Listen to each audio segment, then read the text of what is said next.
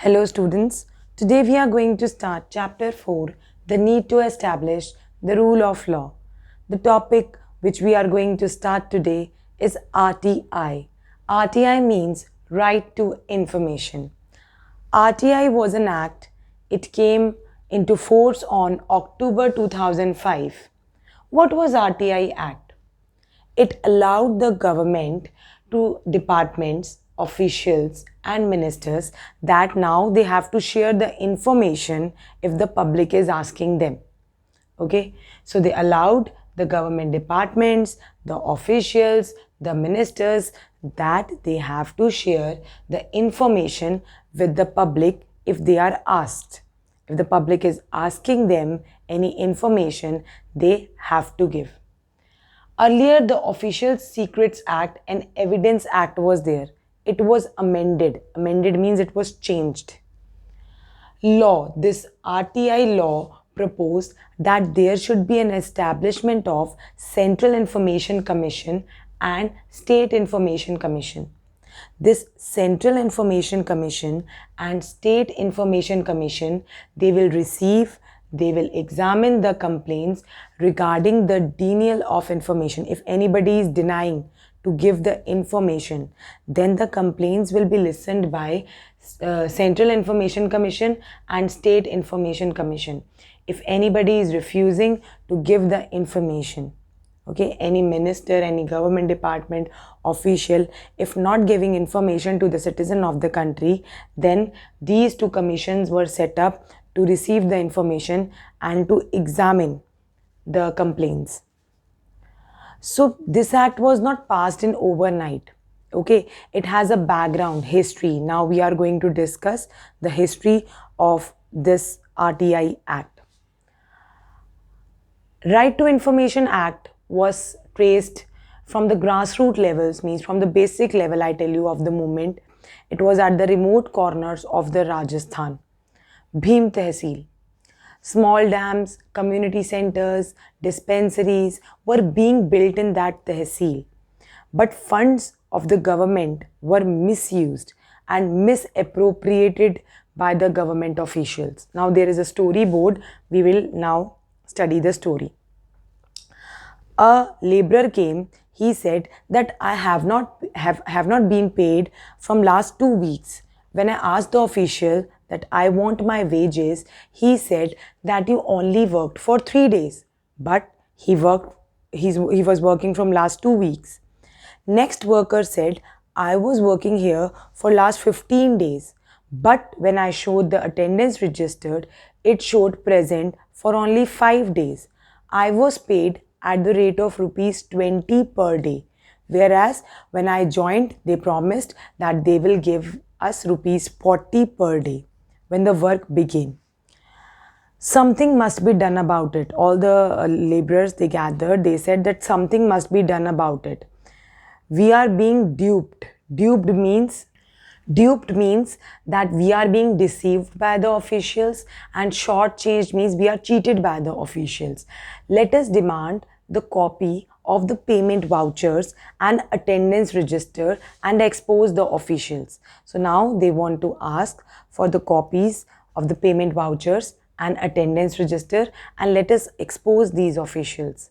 So the workers, they examined the document, they got it photocopied, and they contained the wrong information. They got to know that those documents contained the wrong information. The muster roll means the names of the laborers were there. The name of some people were there who have already died long ago.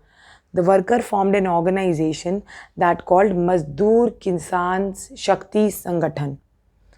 Mazdoor Kisan Shakti Sangathan was being formed because the muster roll contained the name of such person that died long ago.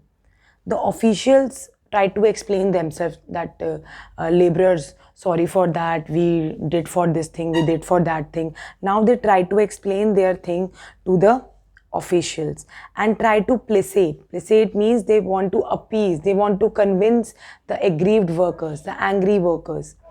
This movement got wide publicity, and the Rajasthan government noticed that there is need to share the relevant information in public. So now a person is calling. He say, we have exposed the officials. From now on, they must share all the information with us. Steps should be taken that the government system should be transparent. We shall not tolerate any kind of misdeed. Now, in 1976, the Supreme Court judge speaks that the right to information should be treated as a fundamental right. It is a natural corollary. Corollary means an idea formed from something that has already been proved. Okay, that right to freedom of speech and expression must be given to the people. It should be considered by the legislature and executive as a fundamental right, the right to information.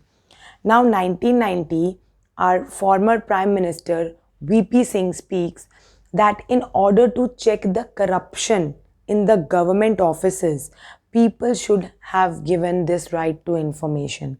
The right to information must be a fundamental right. It must be in the fundamental rights.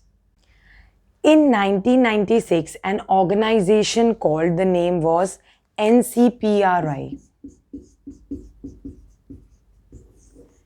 This NCPRI was National Campaign for People's Right to Information.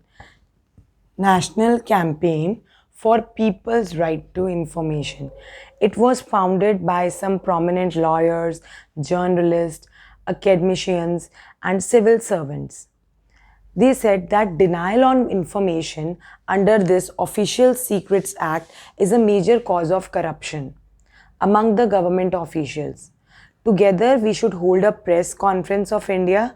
We should draft the Right to Information Bill, and we shall present it in front of the Government of India for due consideration that this right must be given to the people.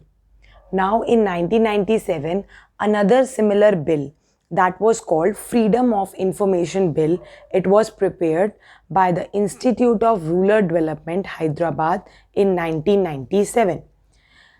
The press conference is going on. They are saying, we cannot pass the bill, okay, in its present form. The main information related to country's defense, country's foreign affairs, country's technology, we cannot share it with the public. It cannot be made public. So let us discuss more about this Right to Information Act.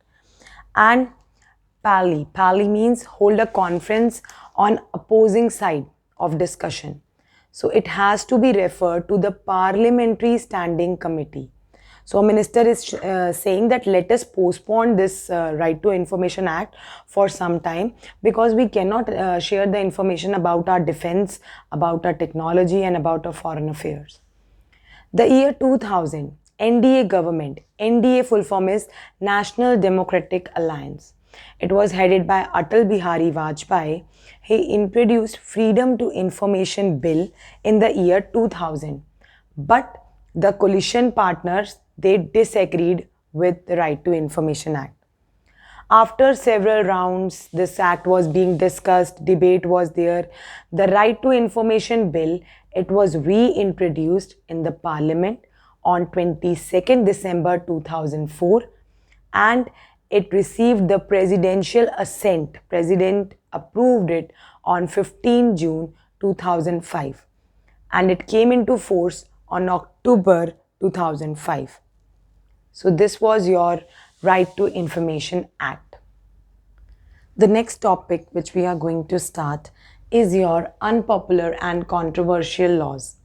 You know, your parliament passes laws, so it must keep in mind the interest, the concern, and the wishes of the people.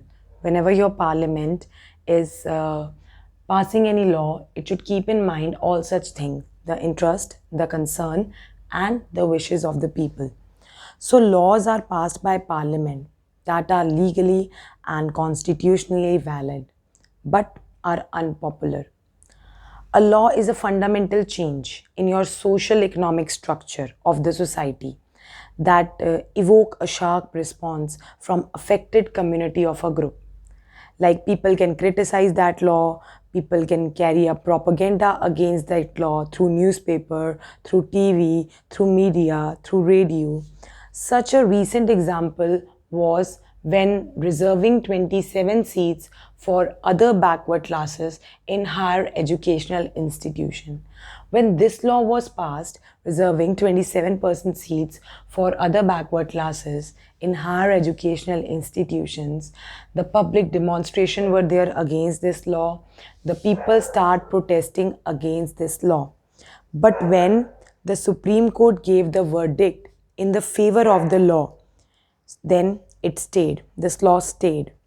If a law is repressive and unpopular with large majority of the people, the parliament is under pressure that they have to amend the law or they have to alter the law. Even the president of India can refuse to give the consent to an unpopular law. Law which favors a group of people at the cost of other are likely to be controversial. So here the other backward classes are benefited and other general category was not benefited. So they started public demonstration and protest against this law. So it was controversial that it is benefiting only one section of the society. One such law has been use of street pavements by hawkers and street vendors. Several municipal laws have made this illegal. That use of streets and pavements, that hawkers are selling their things over there. There are vendors who are selling their things on the pavements and the streets. So municipal laws made this illegal. Public space has to be kept open for the parking vehicles and for the movement of the traffic. Okay, that the people can easily move on the pavement, and parking of vehicles space should not be utilized by anybody. So public space has been kept for the parking of the vehicles and pavement have been kept for the movement of the people. The traffic congestion are likely to be resulted in accidents. If a traffic is there, then accident happens. Hawkers and vendors, they provide main services to the people at very cheap rate and at the doorsteps. It will save their time and money. So this is the only means of their livelihood. The hawkers and vendors, when they are coming and sitting on that pavement, earlier they used to sit and they used to sit on the streets. It was only the way that they can earn their livelihood. Okay, banning hawkers means denying their bread and butter to the lack of the people. They denied that you cannot sit on the streets, okay, and you cannot sit on the pavement for selling your items, okay, for selling your things. So this was only their bread butter, this was only their livelihood, they can earn like this.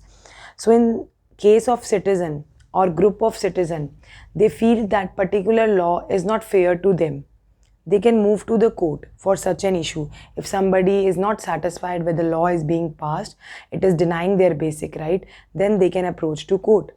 If any high court or supreme court consider that law is unconstitutional, that it should not be there, its power has to strike down. Okay, if they think that the law is unconstitutional, it need not to be followed, then its power need to be strike down. This power is called the power of judicial review.